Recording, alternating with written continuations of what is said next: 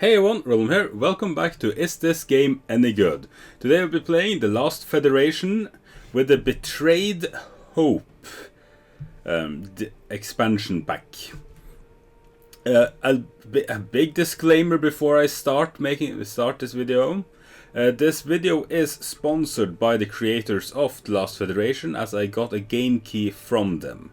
So I will try my best to not let that change my judgment, you could say. But all in all, I don't think that should be a problem, because I did like the game before, when I bought it myself as well, because it is a pretty good game. I will not really be playing the normal mode. I'll be playing the betrayal mode, which goes all about, basically killing everyone and making your own civilization. The original game mode is a game mode where you basically play as an Illuminati, I suppose, and try to make get other civilizations to make a federation, that's basically the game.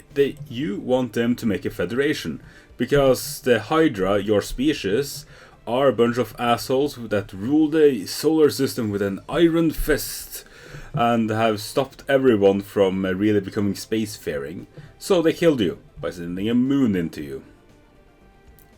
If you want to see how the standard game mode go see Total Biscuit's video on it. I think he does a much better job than I could ever do on that.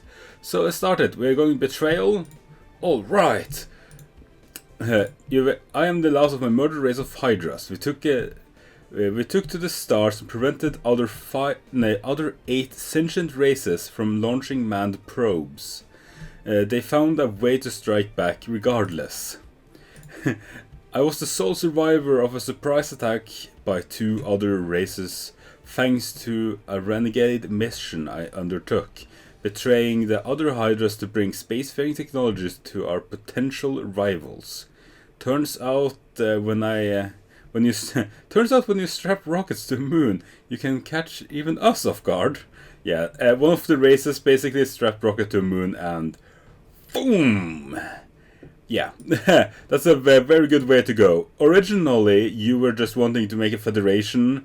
You want everyone else to also join you in the stars, but you're just like, nope, I am now evil.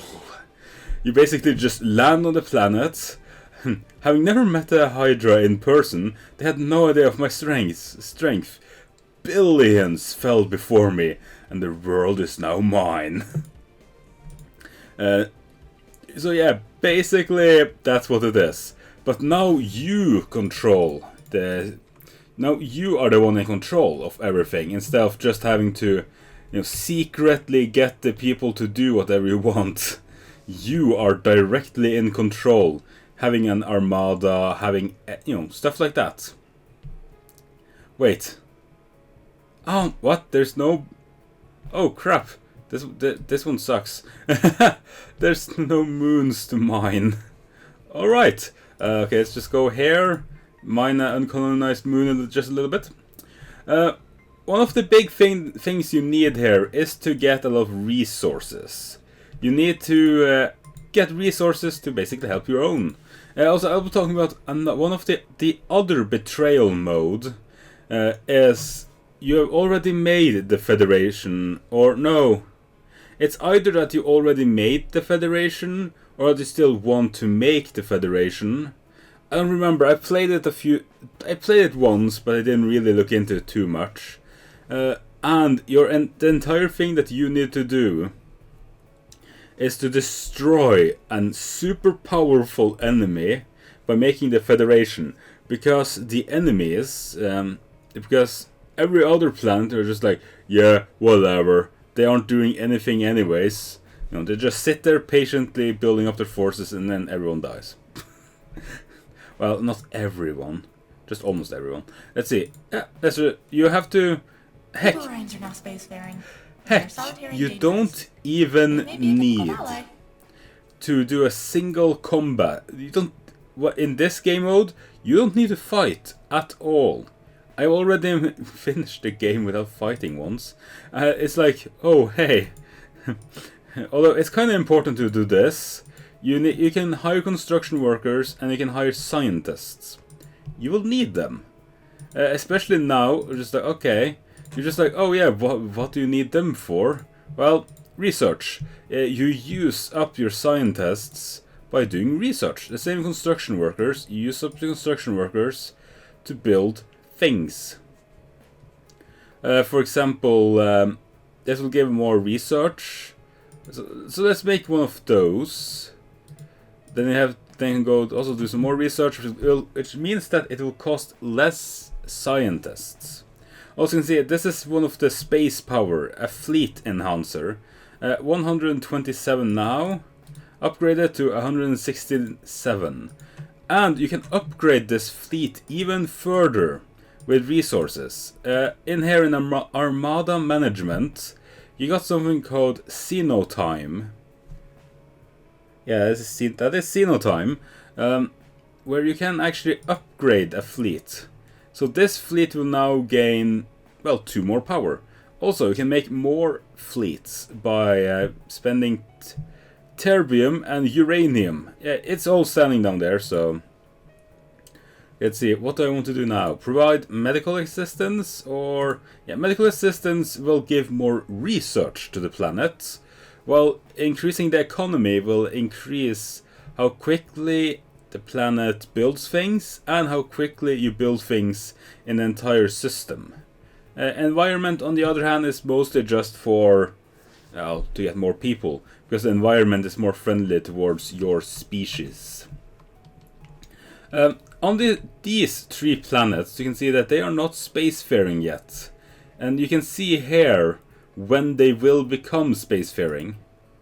This one will become spacefaring in 25 game... Actually, no, that is probably 25 game minutes and not months.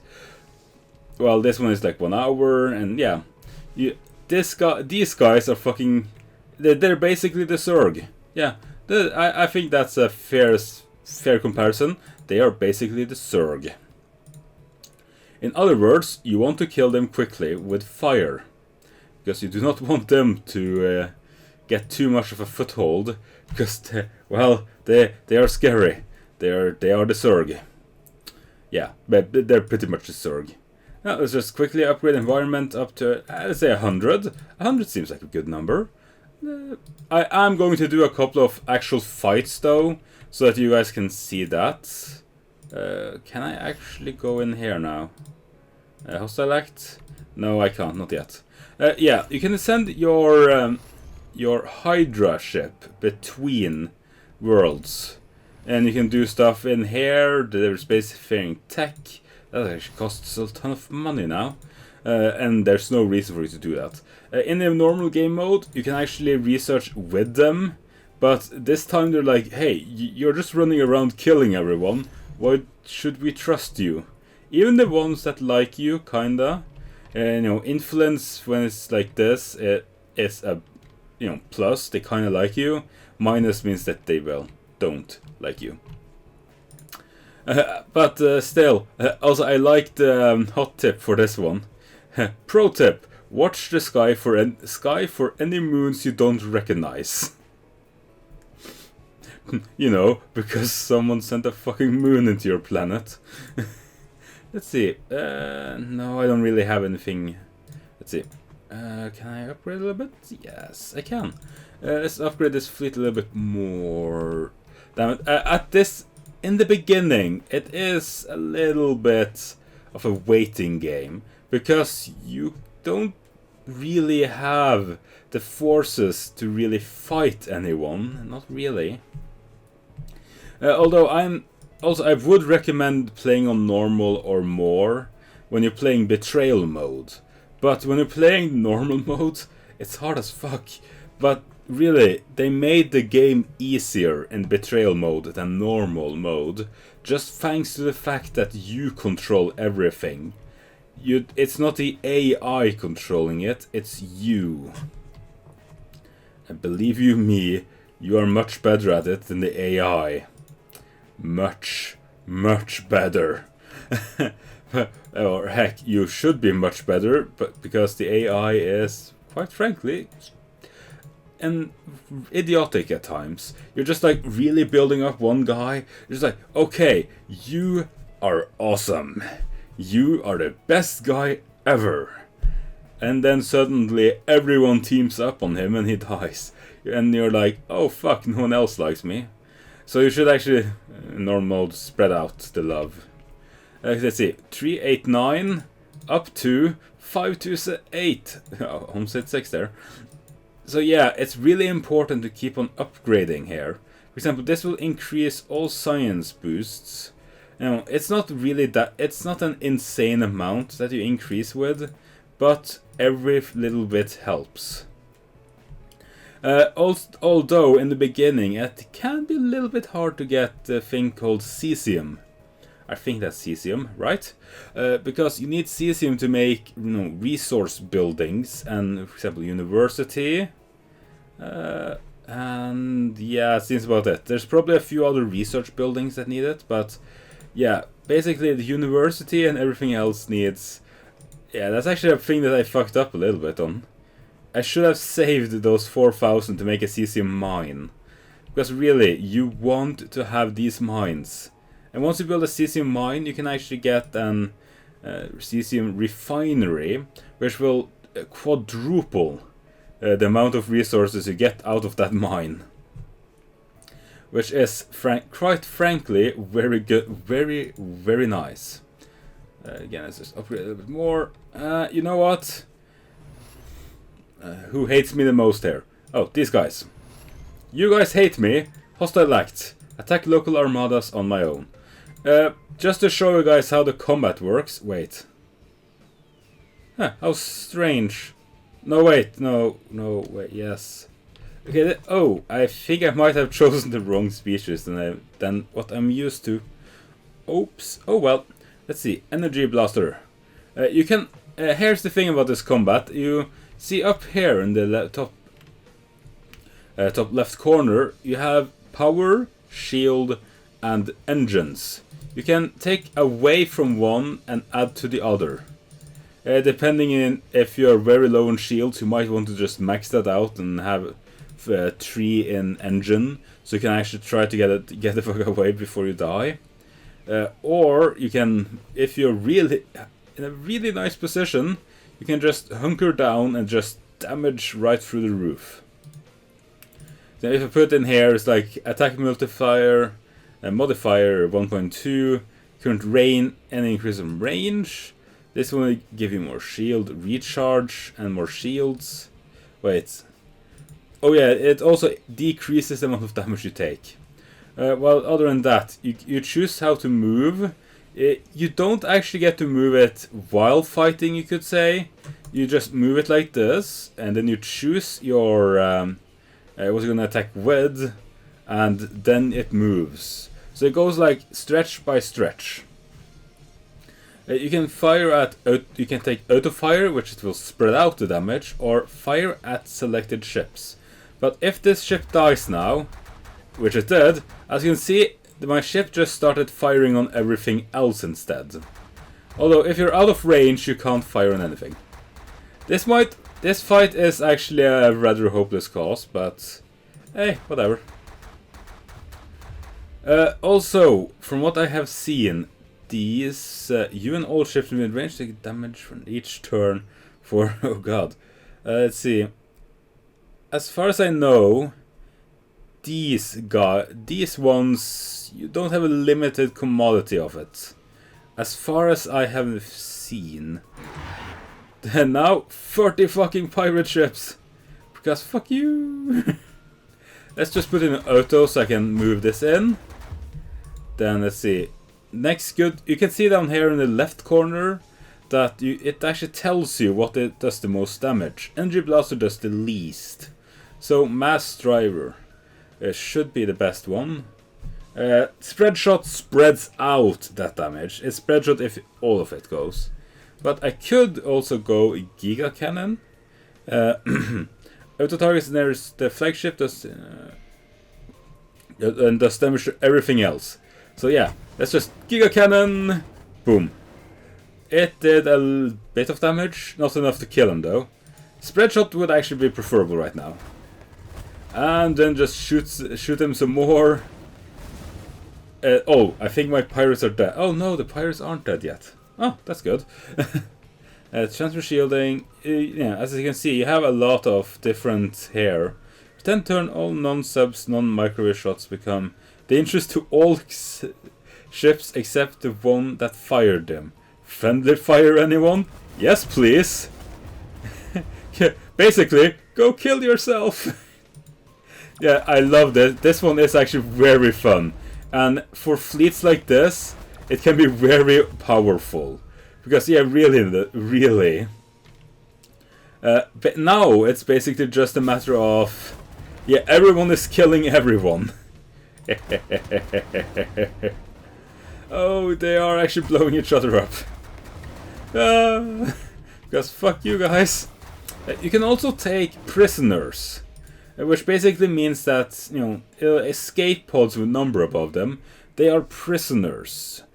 You can either return them for 100 credits, and in the normal game mode, you will also get a better reputation with them. Or you could sell them to the pirates, get 500 credits, and, well, everyone starts hating you. But to be honest, you have money, who cares? Also, destroying these stations are actually a very good thing, because as you can see here, if destroyed, a huge explosion damages everything nearby, allies and enemies alike. Destroying allies will lose you influence with them if you use in an planet orbit, because the environmental score goes down. Because it's a chemical storage facility. So yeah, although you can also do this. Hunker down, which means that everything goes to shield. Oh wait, what? No, I wanted not hold fire. Ah, I did the wrong one. Whoops. Yeah, it's like, yeah, you can easily do click the wrong thing and just like, oh crap. Oh, I think no, friendly fire is still on. It's still on. Oh, come on, blow the fuck up. There we go. Everything took damage. As I said, this fight is a little bit of a hopeless fight, all in all. But I think with time, you can actually win. I can actually win this one, I think. Okay, let's do it again. Polo corruption! Fuck you guys! Yeah, I'm just going to skip till I'm done with this fight. And there we go, fight over. Even though I was really not supposed to win that one, thanks to friendly fire, I took every single ship in their fleet down to at least half. And I just kept on friendly fire, friendly fire, friendly fire.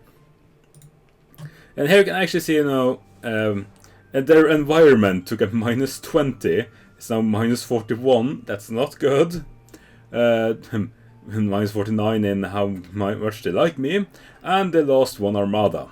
But there, it shows you everything you used. But I've never seen it actually... gain from destroying enemy ships. This action took 2.3 solar months. Yeah, I never seen it, you know, actually say something about... Oh, hey, you lost this and this much by doing this. You know, it's going to cost you this and this much resources to actually fix it. Or actually replenish it. Now, as said, this game, you don't actually need to fight. Not in this game mode at very least. In the normal game mode, you do pretty much have to fight at the very least a little bit. But in this game mode, not really. Fuck, your ships are, well, they're actually more powerful than me at the moment. Yeah, my ships are more powerful than me. So yeah, you don't need to fight at all. But going in here is going to help the odds a little bit. Oh, actually, no, that depends, actually. You might not help the odds at all. You might actually fuck your own fleet over. Brutally. But, in general, it's going to be a good thing if you do it. Because your ship's abilities are going to be helpful. Here, for example, it would actually be a very negative thing for me to take the friendly fire. Because friendly fire affects your ships as well. So... yeah, you kind of don't want your own ships destroying your own ships, because that's a very bad thing. But, you know, in the beginning, I just launched a bunch of fighters, and they helped with the fight. So all in all, they lost everything, we lost nothing. Yeah. You also need to keep in mind when it comes to upgrading, you should keep it a little bit spread, not like I have, you know, focused everything on one. Because if you keep it spread, and of course you need to actually remember to repair, because when your fleet takes damage, they will lose fleet power. And when they lose fleet power, well, again, their power goes down. It's actually rather obvious. Okay, quickly, let's explain what these different types do. Order, no point in even bothering with that, because your entire civilization are robots. Beep boop. So in the end, if you win, you are completely alone. And then you got basic economics, as I said. The economics of the planet. It directly impacts how the speed of building a ship production, and it gives a production faction system wide. This one increases birth rates and decreases death rates if it goes further up. Also, like if it goes minus, it decreases the death rates. Whatever. It also adds system-wide research, as it says down there. Environments, more compatibility, which means you will have, the planet is better, more suited for you. So yeah, they basically, more robots. Got space outposts, military outposts, improves the ground combat skill and the space combat skills for whoever holds it, including you. You cannot destroy these, but you can capture them. So military outposts will increase how strong everyone are. This one increases how fast you research things. And this one will increase how quickly things are built. As you can see, this one, it actually says right there on the bottom there what you need to build them, which I don't have even close to. Xenotime I always use because, well, it's valuable. But when it comes to the end, I can actually show you a save I have. Load save game. I think it's this one, right? I've basically dominated. Yeah, this is the one I have quite literally dominated the entire system. I have 2,000 income and everything on the starting planet, and then on some other ones I've also increased a lot just to get even more research and such. But now I've finished all the research, and these guys who already killed themselves are all that's left. So I can basically, so yeah, I actually really like this game. For example, with this save, it's just that, I ended up killing everyone. As I said, normal. I would say at the very least, if you're an experienced or turn-based strategy player or real-time strategy player, I would recommend normal. At the very least, or maybe take an easy first just to learn how the game works, and then a normal, but you really need to play on normal here. Although, when it comes to playing normal mode, it's... let's just say you don't want to play on normal, because at the very least not the first time, because the game is actually very hard. And yeah, as I said, this game, it's fun. And I really like the expansion. The expansion increased a lot of the enjoyability for me for the game, to be honest, because one of my major complaints about, before you had Betrayal, was just that you are basically just flying around hoping that your race is the one that wins. Because if no one is allied to each other, if you just increase the strength of one guy, that one guy could possibly take over the entire system alone. Because he's the strongest, he'll just take planet after planet after planet, and suddenly no one can stop him. But that was very rare, and yeah. Basically, I really like this game. I really do. This planet went so poorly that everyone died. I didn't even touch it. They all died by natural causes. Very natural causes. And yeah, I really like this game. I think you should go and check it out. Yeah, I've sent every single armada I have straight into that planet just to teabag him. Yeah, just a tiny bit. Yeah, there's no way in hell he's going to survive that one.